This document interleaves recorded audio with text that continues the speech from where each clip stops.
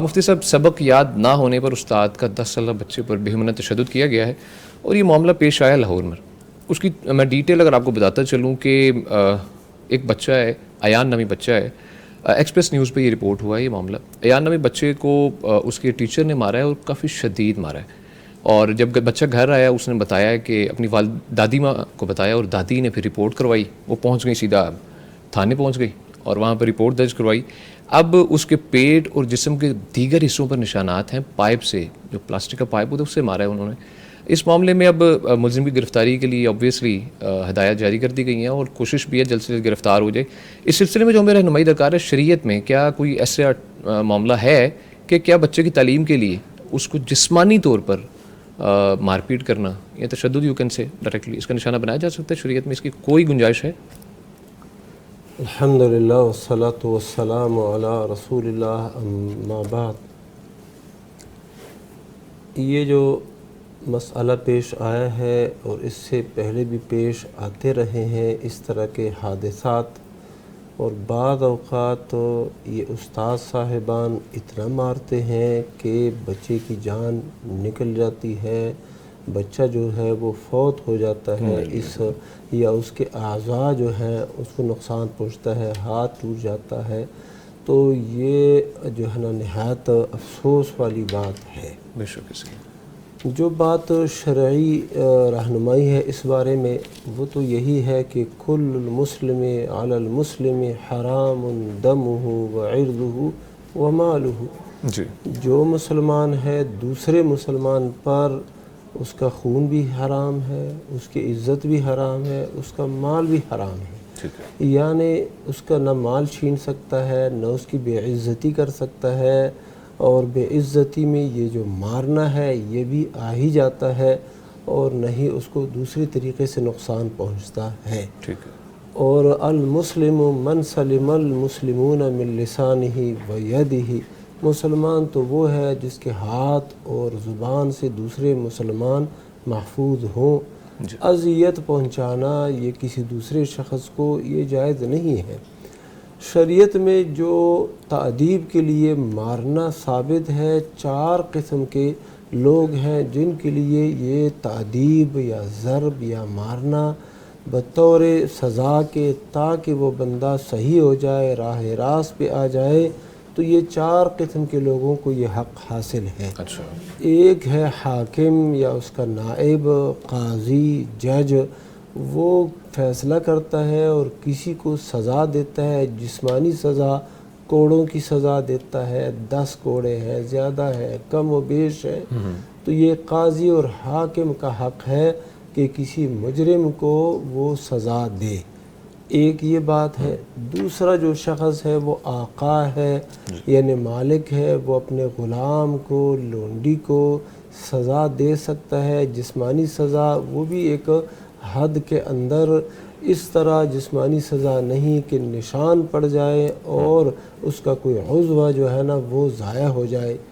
تیسرا جو شخص ہے وہ خاوند ہے کہ جب اس نے اپنی بیوی کے اندر نشوز ہے، نافرمانی ہے، بات نہیں مانتی، نافرمانی کرتی ہے، تو اس صورت میں خاوند کو اللہ سبحانہ و تعالیٰ نے جو رہنمائی فرمائی ہے وہ یہی ہے کہ فَعِظُوهُنَّ، اس طرح کی خواتین کو واعظ کرو، نصیحت کرو. اور پھر جو ہے نا بستر الگ کرنے کا حکم ہے، وَاهْجُرُوهُنَّ فِي الْمَضَاجِعِ. اور اس کے بعد جو صورت بنتی ہے وہ یہ ہے کہ ان کو تادیب دو، ان کو ضرب لگاؤ. اور وہ حدیث میں یہ بات آ گئی ہے کہ وہ ضرب ایسی ضرب نہ ہو جس سے نشان پڑ جائے، خون نکل آئے، اور یہ ضرب بھی چہرے پر اور نازک اعضاء پر بالکل نہ ہو.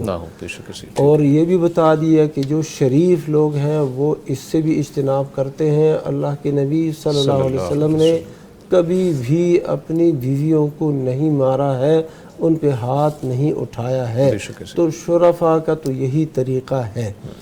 اور چوتھا شخص جو ہے وہ والدین ہے. والدین اپنی اولاد کو، بیٹوں کو، بیٹیوں کو تادیباً وہ یعنی کہ مار سکتے ہیں، ان کو سزا دے سکتے ہیں. اور اس کی دلیل وہ حدیث کے اندر بھی آتی ہے کہ اللہ کے نبی صلی اللہ علیہ وسلم نے فرمایا جب بچے 7 سال کے ہو جائیں تو ان کو نماز سکھاؤ، اور جب وہ 10 سال کے ہو جائیں تو ان کو نماز پڑھانے کا کہو، وَاضْرِبُوهُمْ عَلَيْهَا، اور پھر اس نماز نہ پڑھنے کی وجہ سے ان کو ضرب بھی لگاؤ، تعدیب دو۔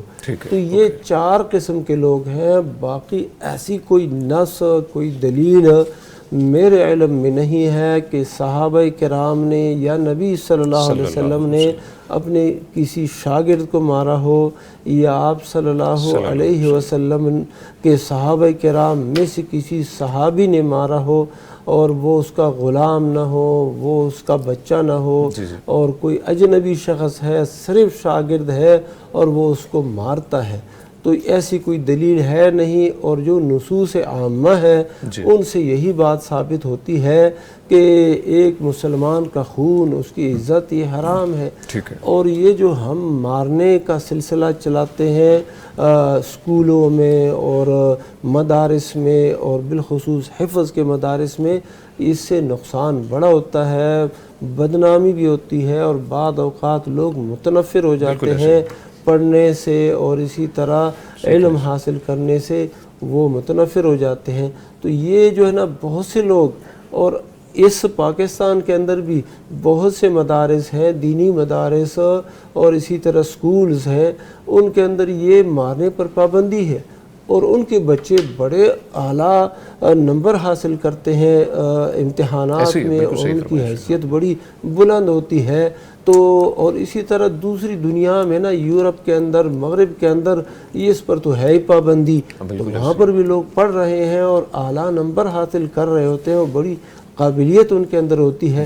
تو یہ کیا وجہ ہے کہ یعنی تعلیم دینے کے لیے ہم نے یہی مار کا سلسلہ اپنایا ہوا ہے، اسی ذریعے سے ہم ان کو تعلیم دیں گے؟